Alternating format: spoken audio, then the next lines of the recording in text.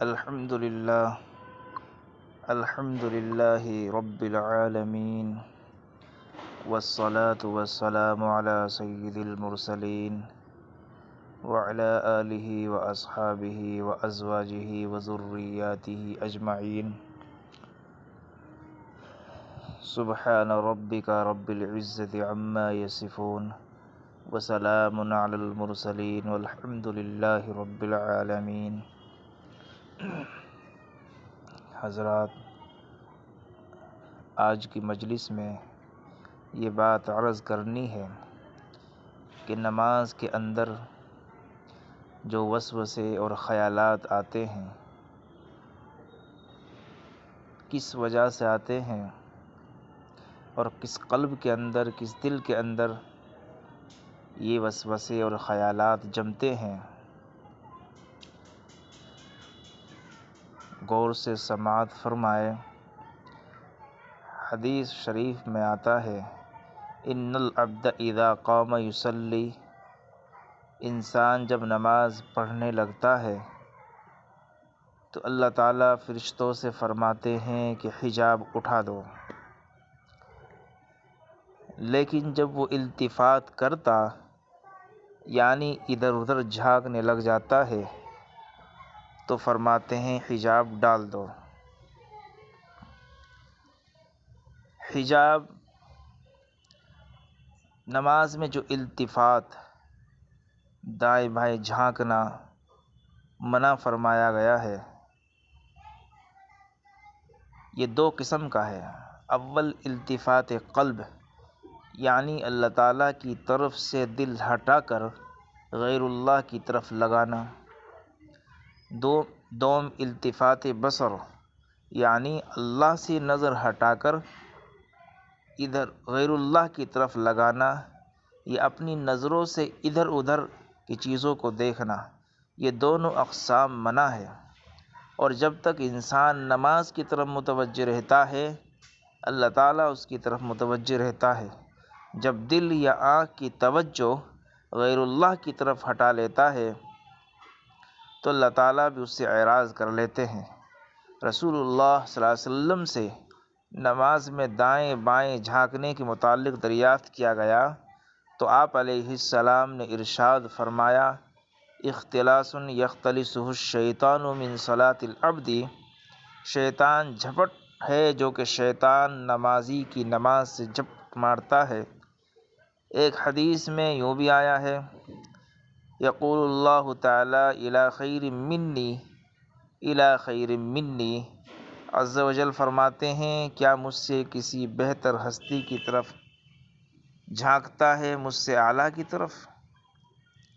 نماز میں التفات قلبی و بصری، یعنی دل یا آنکھ سے ادھر ادھر جھانکنے والے کی مثال اس شخص کی سی ہے جسے کوئی بادشاہ بلائے اور اپنے سامنے کھڑا کر کے اس سے بات چیت اور گفتگو کرنے لگے۔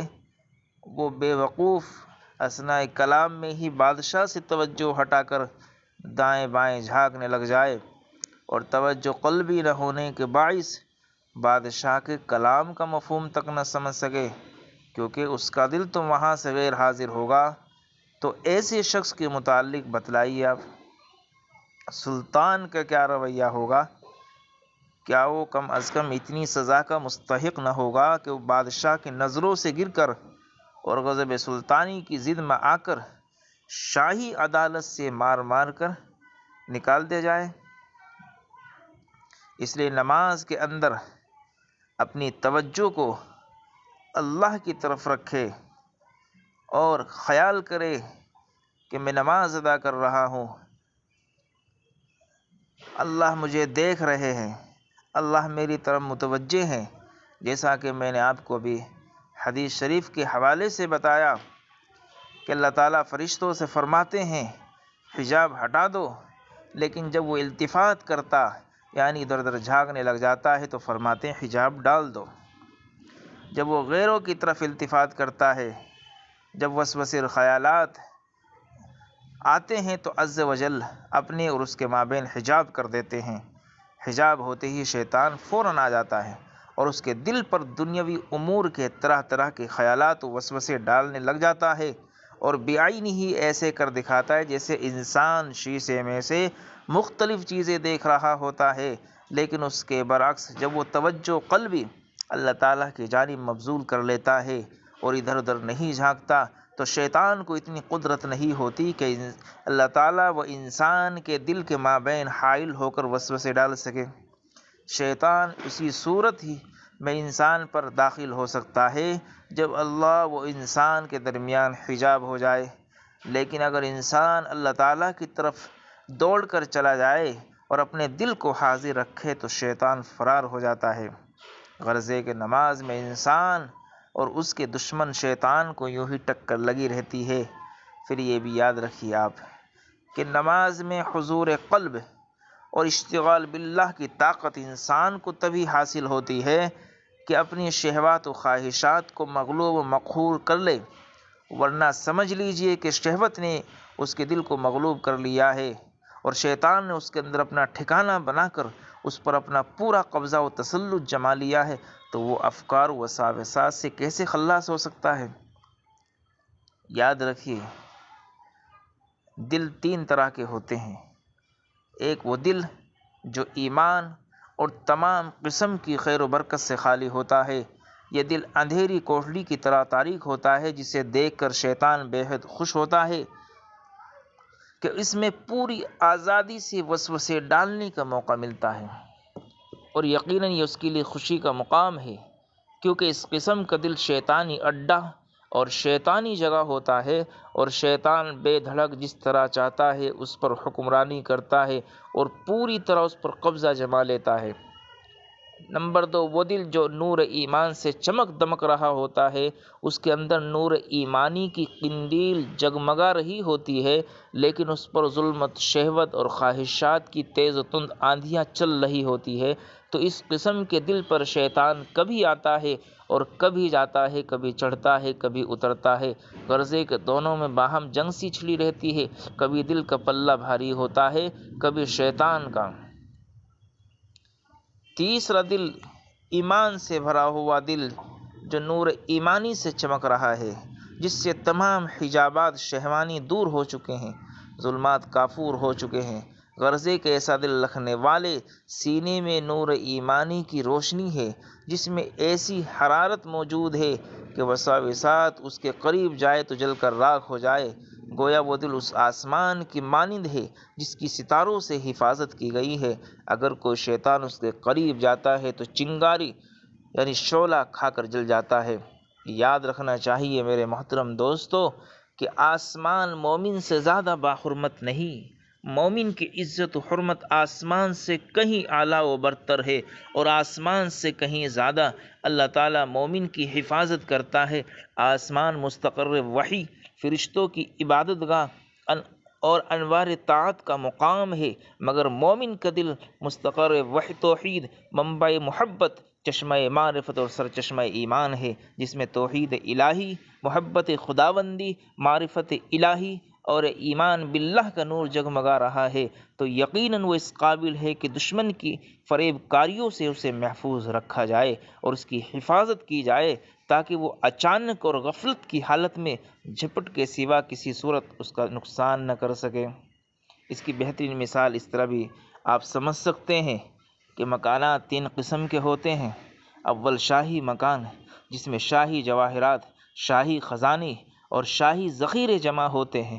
دوم انسان کا اپنا مکان، جس میں صرف اس کے اپنے جواہرات و ذخائر اور خزانے ہوتے ہیں، لیکن وہ شاہی خزانوں اور شاہی ذخیروں کے برابر نہیں ہو سکتے۔ سوم بالکل خالی مکان جس میں کچھ بھی نہیں۔ تو بتلائیے دوستو، چور کس مکان کو نقب لگائے گا اور کس سے چوری کرے گا؟ آپ کہیں گے خالی مکان سے کچھ چرانا محال ہے، چونکہ خالی گھر میں چرانے کے قابل کوئی شے ہے ہی نہیں۔ یہی وجہ ہے کہ ابن عباس رضی اللہ تعالیٰ عنہ سے دریافت کیا گیا کہ یہودی کہتے ہیں نماز میں ہمیں وسوسہ نہیں آتا، تو ابن عباس رضی اللہ تعالیٰ عنہ نے کیا خوب جواب دیا، وما یصنع الشیطان بالقلب الخراب، تباہ شدہ دل کے ساتھ شیطان کیا کرے گا؟ اگر آپ یہ کہے بادشاہ کے گھر سے چوری کرے تو یہ بھی محال اور ناممکن کی طرح ہے، کیونکہ اس پر محافظ و پہرے دار ہوتے ہیں، اور اتنا سخت پہرا ہوتا ہے کہ چور اس کے قریب تک نہیں جا سکتا۔ اور یہ بالکل درست ہے، چور اس کے قریب کیسے آ سکتا ہے؟ کیونکہ بادشاہ خود بنفس ہی اس کا خیال رکھتا ہے، پھر اس کے ارد گرد بے شمار فوجیں اور لشکر بھی سنگینی لیے موجود ہیں۔ لہٰذا چور کے لیے صرف تیسرا گھر ہی باقی رہ جاتا ہے جس پر وہ خوب ڈاکے ڈالتا ہے۔ اب عقل مند انسان کو اس مثال میں پوری طرح غور کرنا چاہیے اور مکانوں کے بجائے دلوں پر چسپاں کرنا چاہیے، تو تمام دل بعینہ ہی ان مکانوں کی مثل معلوم ہو گئے۔ وہ دل جو ہر خیر و بہتری سے خالی ہو، یہ کافر و منافق کا دل ہے۔ یہی گھر بیت شیطان یعنی شیطان کا گھر ہے، جو اس نے اپنے لیے وقف کر رکھا ہے اور اپنا مسکن و قیام گاہ اور اڈا بنا رکھا ہے۔ تو اس کو اس سے کیا چرانا ہے جس میں اس کے اپنے ہی ذخائر اور خزینے، اپنے شکوک و خیالات اور شبہات و وساوسات پڑے ہیں۔ نمبر 2، وہ دل جو اللہ تعالیٰ کی عظمت و جلال، محبت و مراقبت اور حیا سے بھر چکا ہے۔